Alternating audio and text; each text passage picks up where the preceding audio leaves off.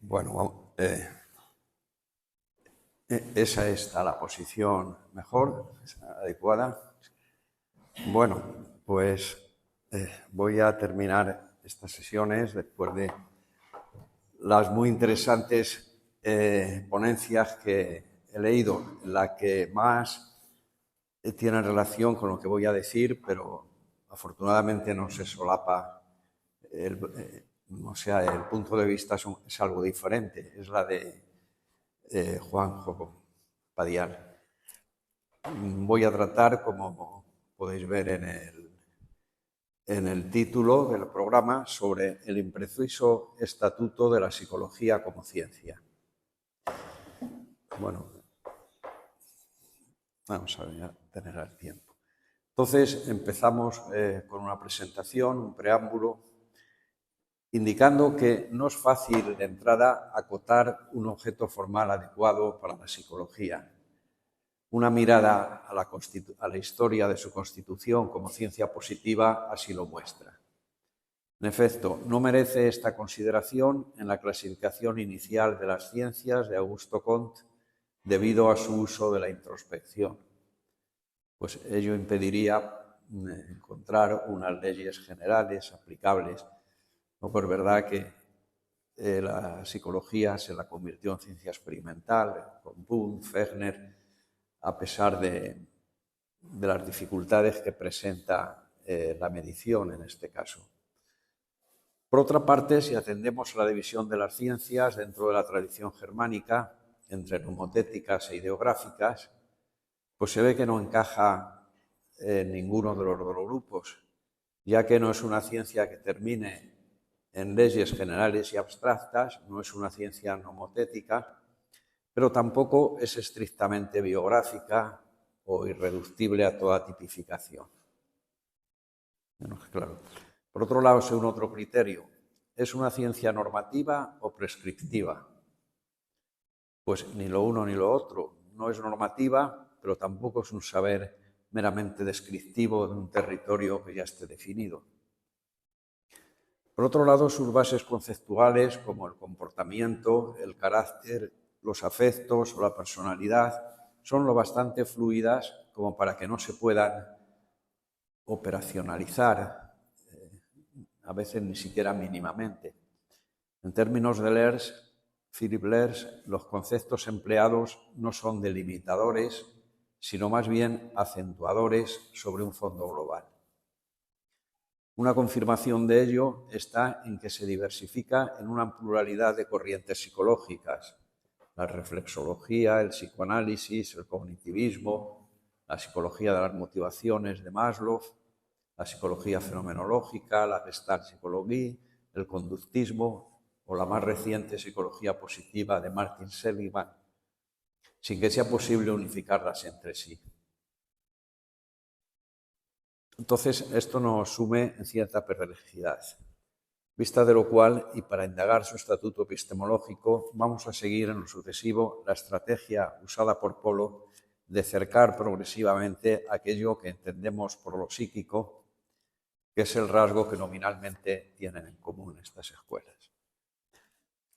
El apartado 2, ¿es un objeto lo psíquico? La peculiaridad de lo psíquico es que no se trata de un objeto que pueda destacarse por sí, al modo de la tierra, los actos humanos, los números, sino que más bien es algo que solo se halla previa atención a lo físico y a su movimiento característico, añadiéndoles las particularidades que los elementos físicos y el movimiento constitutivos de la naturaleza asumen distributivamente en los distintos vivientes. Así, cuando un viviente reacciona de un modo natural a su medio, no estamos sin más ante un suceso de la naturaleza, sino ante un comportamiento psíquico. O cuando un ser vivo expresa con arreglo a su naturaleza sus estados de ánimo, tenemos delante un hecho psíquico. Cuando el gato se asusta y se encierra en su madriguera, lo que vemos son unas gesticulaciones y movimientos psíquicos. Pero, ¿qué es lo que agrega lo psíquico a lo natural? Genéricamente lo llamamos vida, pero ahora importa ceñir aquello que las expresiones vitales incorporan a lo natural y que denotan uno u otro psiquismo en el viviente. En el lenguaje usual, lo psíquico figuran locuciones como una reacción así es acorde con su psiquismo. Esta actuación es comprensible psíquicamente, designando algo peculiar e irreductible que se trasluce en un modo de comportarse. Lo psíquico se muestra como un dinamismo ejercido espontáneamente con anterioridad a la presencia mental de los objetos. Polo lo caracteriza como un punto de vista dinámico acerca de temas u objetividades.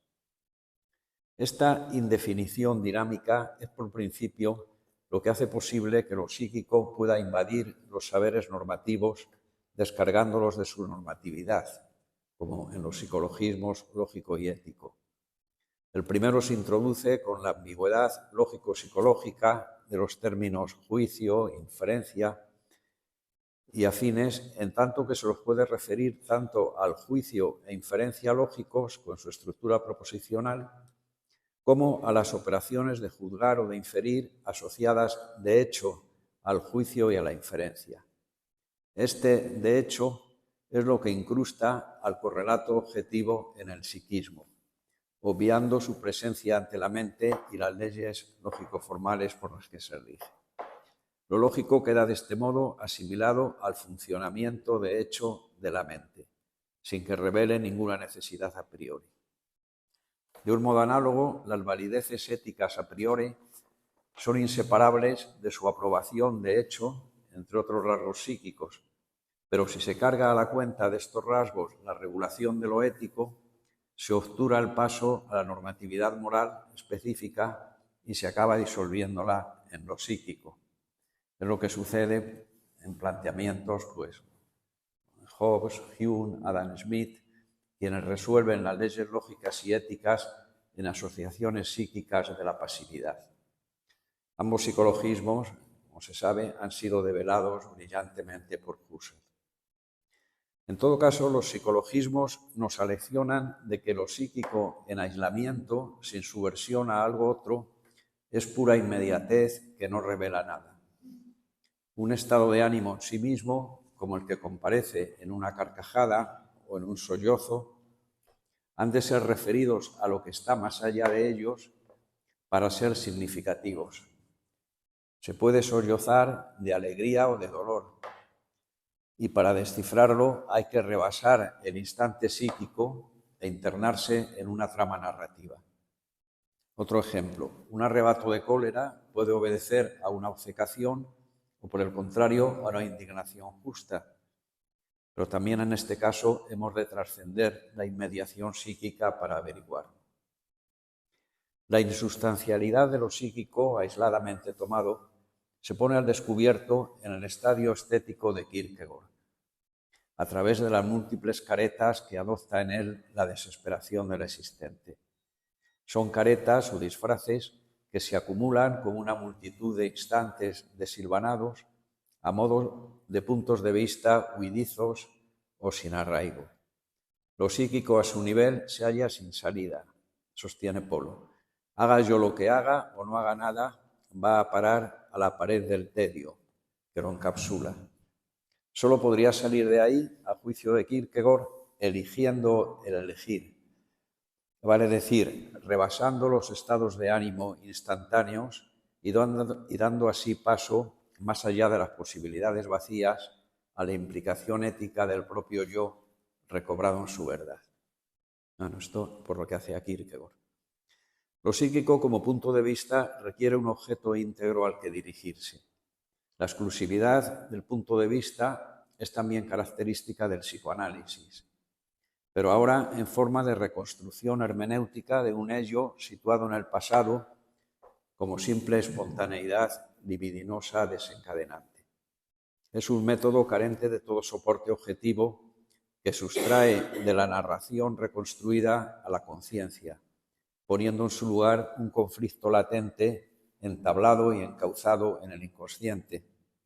Según Polo, la versión freudiana de lo psíquico es oscilante. Por tratarse de un dinamismo inicial que no es el yo ni objetivo por inconsciente, debería dejarse sin determinar, es el ello. Pero en tal caso la hermenéutica dejaría de ejercerse. Por entrar en conflicto con todo tema, debería declararse que no tiene sentido.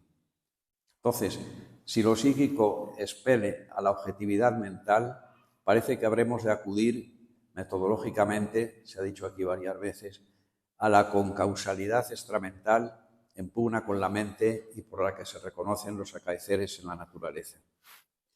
Pero en este caso, el interrogante que se nos abre ahora es en qué dinamismo hay que introducir la naturaleza para apresar el objeto de la psicología. Apartado 3, el dinamismo psíquico como contrapuesto a otros dinamismos. El psiquismo comporta un movimiento en el viviente, como renovación incesante y constitutiva.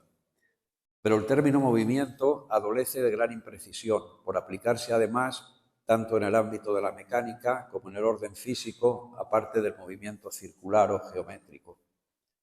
Y como no se daría el dinamismo psíquico sin los otros tipos de dinamismo, empezaremos fijándonos en ellos para luego resaltar lo distintivo del primero. Sigo en esto aproximadamente el curso de Psicología General de Polo, unas lecciones de él. En relación con el movimiento mecánico, se ha subrayado que las condiciones de funcionamiento de las leyes de la mecánica de Newton no parten de la visión espontánea, sino del mirar intencional. Solo así se hace posible la indistinción de partida entre los estados iniciales e inerciales de reposo y los de movimiento rectilíneo uniforme, mientras no esté actuando sobre ellos una fuerza que los transforme en movimiento uniformemente acelerado. A su vez, la aceleración no es la variación de la velocidad en el espacio, que es lo que se vería, sino que la variable de la que depende es el tiempo. La aceleración, la velocidad por unidad de tiempo, fingido objetivamente por la imaginación. En tercer lugar, tampoco el cuerpo de la mecánica viene dado a los sentidos externos con sus dimensiones visibles, en la medida en que se lo reduce a una masa carente de espacio interior y trasladable por el espacio vacío homogéneo. La noción de corpúsculo electromagnético deriva de aquí. Pero tampoco el vacío que rodea la masa del cuerpo puede ser físico, en tanto que tal, ya que no existe físicamente un movimiento sin rozamientos ni sin respectividad a los otros cuerpos, por lo que el espacio isotópico newtoniano es un espacio ideal obtenido por la imaginación. En otros términos, la formulación matemática del dinamismo de los cuerpos es heterogénea con su dinamismo físico. En el movimiento mecánico, tanto el cuerpo necesita del vacío como trayectoria por la que desplazarse, como el vacío necesita de cuerpos que lo llenen, actuando así ambos como anverso y reverso. Es un movimiento diseñado entre dos cuerpos, el que se mueve y el que le sirve de referencia, pues la inestabilidad y fugacidad del movimiento hace que no baste con el móvil como cuerpo único, sino que se precise también de aquel que como fuerza externa determina sus variaciones mientras se está moviendo. Es en suma un movimiento en el que se han obviado los influjos intercorpóreos variables, así como el comienzo del mismo anterior a su dependencia de la fuerza que le transmite las variaciones mecánicas. Si se lo compara con el movimiento en el sentido físico, segundo sentido físico natural, se advierte que se ha prescindido en los cuerpos de los elementos, stoicheia, de que físicamente constan. No solo no cabe mecánicamente un movimiento cualitativo, ni menos aún una transformación sustancial, sino que el desplazamiento local al que se lo reduce está carente de toda locación natural en el sentido aristotélico. Su antecedente está en el atomismo griego y a su vez resulta de la multiplicación del ente parmenídeo. He aquí, pues, un nítido contraste con el movimiento intrínseco al viviente, en tanto que éste no es dependiente de una fuerza o motor ajenos. Tener vida equivale a tener en sí mismo el principio de sus movimientos, según Aristóteles. De acuerdo con ello, la medida del movimiento vital no podría ser la unidad espacial dimensionante, sino el tiempo unidireccional orientado, que a diferencia de la distancia espacial no es descomponible en unidades. Otra diferencia entre los dinamismos mecánicos y los psíquicos viene de que los cuerpos inertes están ligados a otros por leyes funcionales, mientras que el viviente se relaciona constitutivamente, es decir, no mediante una ley funcional, con el medio externo, está en interacción con él. A su individualidad le corresponde una relación más o menos consolidada con su entorno o ambiente que se va incrementando conforme la individualidad como intimidad se hace a su vez mayor. Esta individualidad es lo que le protege de ser absorbido por el medio, a diferencia de la relación que hay entre los sistemas. No se trata en ningún caso de un intercambio a partes iguales con el medio, sino que el viviente controla el movimiento. Por tanto, el estado de inercia no hace referencia a propiedades internas del cuerpo. En palabras de Polo, el movimiento inercial en su exterioridad misma es sin cuerpo. El cuerpo está añadido. Tal adición significa que el cuerpo sigue igual, inalterable, único, porque el movimiento es exterior. Así pues, el movimiento inercial es ciertamente precisivo del cuerpo único. Sin embargo, para efectuar el tránsito, hasta aquí la cita, para efectuar el tránsito del movimiento inercial al movimiento físico, se ha de reemplazar la pura exterioridad del primero por el moviente o sujeto del moverse, al que le acaezca moverse. El movimiento físico deja de ser, pues, un estado del que se parte para ser tomado como efecto, cuya causa eficiente es extrínseca al móvil. Por más que la teoría de la relatividad restringida torna problemática la distinción en términos absolutos entre reposo y movimiento, cuando se trata del viviente, sin embargo, hallamos en él mismo una estabilidad interna en medio de su motilidad.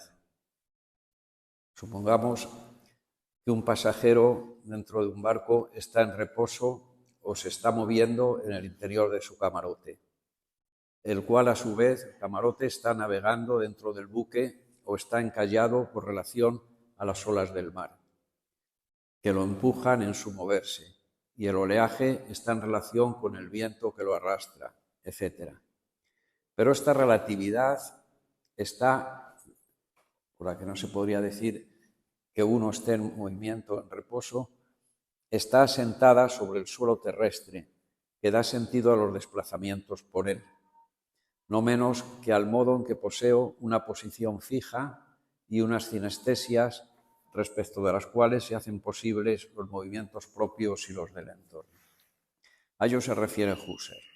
Dice, yo no sufro desplazamiento, permanezca quieto o camine, tengo por centro a mi cuerpo y tengo en torno a mí cuerpos físicos que reposan y se mueven y tengo un suelo sin movilidad.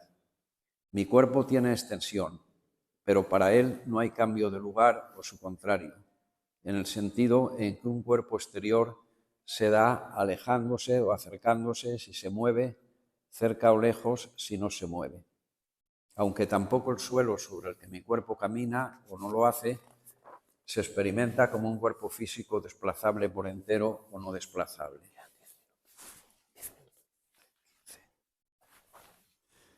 La Tierra no se mueve, es el título del opúsculo. En un sentido hasta cierto punto semejante, sostiene Polo que la objetivación de una trayectoria en el espacio solo se puede ejercer apelando a la sensación de mi cuerpo y a la sensibilidad exterior. Un referente fijo. El movimiento físico se aproxima al vital en que ambos implican la consistencia del moviente. Pero el segundo se diferencia del primero en que no le sobreviene al cuerpo debido a un concurso de causas, sino que impregna y penetra sin residuos al sujeto en su relacionalidad constitutiva con el medio ambiente. De modo que en vez de acaecerle por influjo causal, es lo que identifica activamente al viviente. Aquí no cabe hablar de un telos que dirigiera desde fuera la actividad biopsíquica, como en la manufactura técnica, sino que el telos o programa viviente está inscrito en las células germinales del ADN y se despliega interna y externamente en el curso de su realización como individuo. A Apolo le gusta repetir con Aristóteles que vita in motu. En este sentido, Hans Jonas caracteriza el movimiento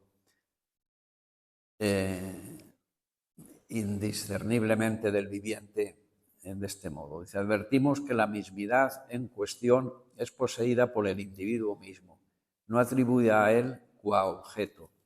Se origina con su propia actividad de intercambio, no con la categorización de nuestra mente o la tosquedad de nuestra percepción. En pocas palabras, es un carácter real suyo, no ideal. En otros términos, no hay un sujeto indiferenciado que permanezca más allá de las acciones vitales que se suceden en el individuo. En el ascenso del movimiento mecánico lineal al físico y al psíquico ocupa un puesto más próximo al último, el movimiento circular.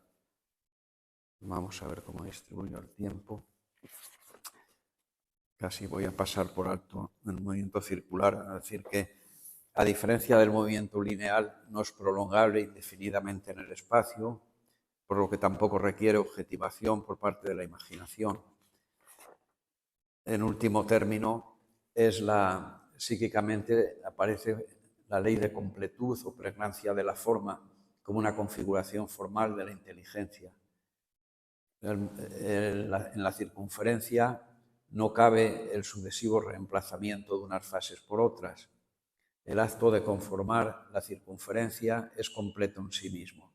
Ni está compuesto de partes, ni es prolongable en el espacio ni en el tiempo. O sea, la circunferencia es única, no es una idea de la que haya varios ejemplares de circunferencias, porque es un acto del entendimiento, un acto intelectual que se corresponde figurativamente. Nos acercamos de este modo a lo distintivo del movimiento vital como intrínseco y conformador del individuo viviente. Supera el dinamismo físico porque no tiene un término externo que lo cese desde fuera, sino que con él el viviente se gana a sí mismo. En su dinamismo es a la vez moviente y movido, sin que se puedan disociar ambos componentes. Tampoco el ser movido resulta de una objetivación, sino que es un ser movido realmente por el ponerse en movimiento. Y no cabe desde luego separación temporal entre los momentos activo y pasivo. Y a su vez se distingue del movimiento circular porque no se plasma en una figura objetiva, sino que acontece realmente. Y por último, el cuarto apartado, el dinamismo de la praxis como objeto de la psicología. Por lo ya expuesto, podemos diferenciar dos sentidos de movimiento. El uno provisto de un comienzo y un cese, kínesis, y el otro que se realiza en el viviente, estando presidido por su forma o programa genético y terminando en él o siéndole inmanente. Movimiento el que se puede designar con el nombre de praxis. Así pues, los distintos temas de la psicología como ciencia confluyen en la praxis en tanto que tiene a la causa formal del viviente por globalizadora de los dinamismos que concurren en él. Por contraposición al movimiento causado desde fuera, el movimiento práxico presenta los siguientes rasgos. Tener su inicio y su término, no su cese, en un mismo agente. Segundo, esto es posible por estar el viviente constitutivamente en crecimiento, como un hacerse más él mismo, a lo que denominamos tener una edad. Y tercero, ser el moviente una totalidad unificante de una pluralidad de movimientos heterogéneos. Bueno, desglosaré muy brevemente estas características. El movimiento vital es automoción, poniendo el acento en el autos. El viviente no preexiste a su dinamismo biopsíquico, sino que es en él donde manifiesta su mismidad como viviente. Es un dinamismo que no le sobreviene modificándole, sino que le hace reconocible como un ser en acto o sustancia. Vivere viventibus et esse, para El viviente, vivir, es su propio ser. Sin la reposición continua de sus células y sin su memoria vital, no solo dejaría de estar vivo, sino que también dejaría de ser. En segundo lugar, de las operaciones elementales, la fundamental es el crecimiento, a nivel individual y reproductivo, a la que se ordena la nutrición y en la que se refleja la unidad del viviente como coordinando los distintos miembros y órganos especializados cada uno en una función. El crecimiento no es una dilatación ni una adición a lo que ya posee, sino un incremento en su unidad de ser sí mismo, ya reconocible desde el comienzo. El tercer rasgo del dinamismo viviente está en no ser meramente eficiente o desencadenante, sino estar presidido por una forma, se ha dicho ya varias veces aquí, o principio de unidad distribuido en una serie heterogénea de principios próximos de actividad a los que llamamos facultades. El principio unitario de cada ser vivo es lo que Aristóteles entiende por alma o forma sustancial. Esta unidad no consiste en un agregado de elementos, pues son elementos que se renuevan de continuo a lo largo de la vida. Las células de que constamos, o sea, a los 4 o 5 años dejan de ser identificables, se han renovado. Es al organismo en su unidad al que se atribuyen las operaciones y no a sus principios inmediatos, que intervienen como encauzadores de estas. Se revela de este modo que la unidad del viviente obedece a una causalidad propia en concurrencia con la mera presencia del objeto a la mente. En este caso, es la triple causalidad material, formal y eficiente que hacen de él con toda propiedad una sustancia independiente de su ser pensada. Es una sustancia hilemorfoérgica, tal que actúa desde sí misma en intercambio con su medio. Y por último, 3 o 4 minutos, pero una pregunta que me anticipa una pregunta que podría hacerse, una objeción. ¿Por qué con el dinamismo viviente se origina el objeto de la psicología como ciencia? ¿No se superponen distintos dinamismos en las distintas formas de vida? ¿Cómo estudiarlos conjuntamente como único tema de la psicología si están diferenciados? Bueno, a este respecto, el movimiento cinético es introducido en el movimiento orgánico, pero cambiado de signo en razón de la inmanencia vital. Es decir, en lugar de tratarse de un proceso que tenga su cese, invierte el sentido del proceso transformando gradualmente la materia inerte por asimilación al viviente, la nutrición. La inmanencia vital se hace presente entonces como praxis por contraposición al movimiento físico. Este nuevo tipo de movimiento, como tema de conocimiento, cualifica a la psicología como una ciencia distinta de la filosofía natural. Y si nos fijamos en las otras operaciones vivientes vegetales, advertimos que no forman meramente una serie, sino que la inmediatamente superior integra a las anteriores, acomodándola a un nivel mayor de inmanencia. Así, el crecimiento, a la vez que se monta sobre la nutrición, queda todo él retenido en el viviente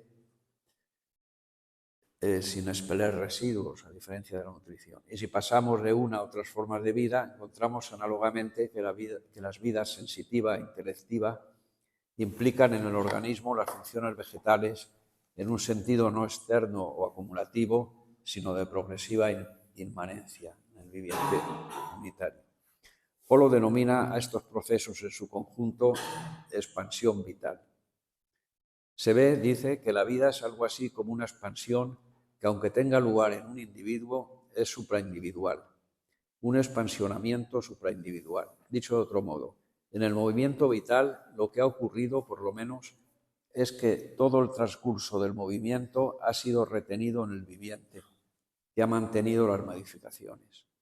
El movimiento no simplemente ha pasado, por así decirlo, epidérmicamente con relación al viviente o fuera de él, o en su puro contacto con el exterior, sino que ha ocurrido de tal manera que ha creado un dentro. Es un dentro abierto. La piedra no tiene dentro, como decía Luis Rosales, el poeta, se ha producido una interioridad, una inmanencia, y por tanto las modificaciones han sido conservadas. Aquí la cita de Polo. Este sentido ascensional está incluido en el objeto de la psicología como lo que la hace extensiva a los distintos niveles de conocimiento, de apeticiones y de sentimientos, emociones, afectos, y correlativamente a los objetos especificadores de las correspondientes operaciones hasta rozar con la antropología trascendental y la metafísica. Sería desafortunado, por consiguiente, hacer del psiquismo el objeto de la psicología, por cuanto existe un único viviente que es a la vez orgánico y anímico. Mientras mencionar el organismo tiene sentido en atención a la unidad de los órganos en un cuerpo vivo, la unidad psíquica se caracteriza por ser el acto o forma sustancial del viviente que confiere su unidad al propio organismo.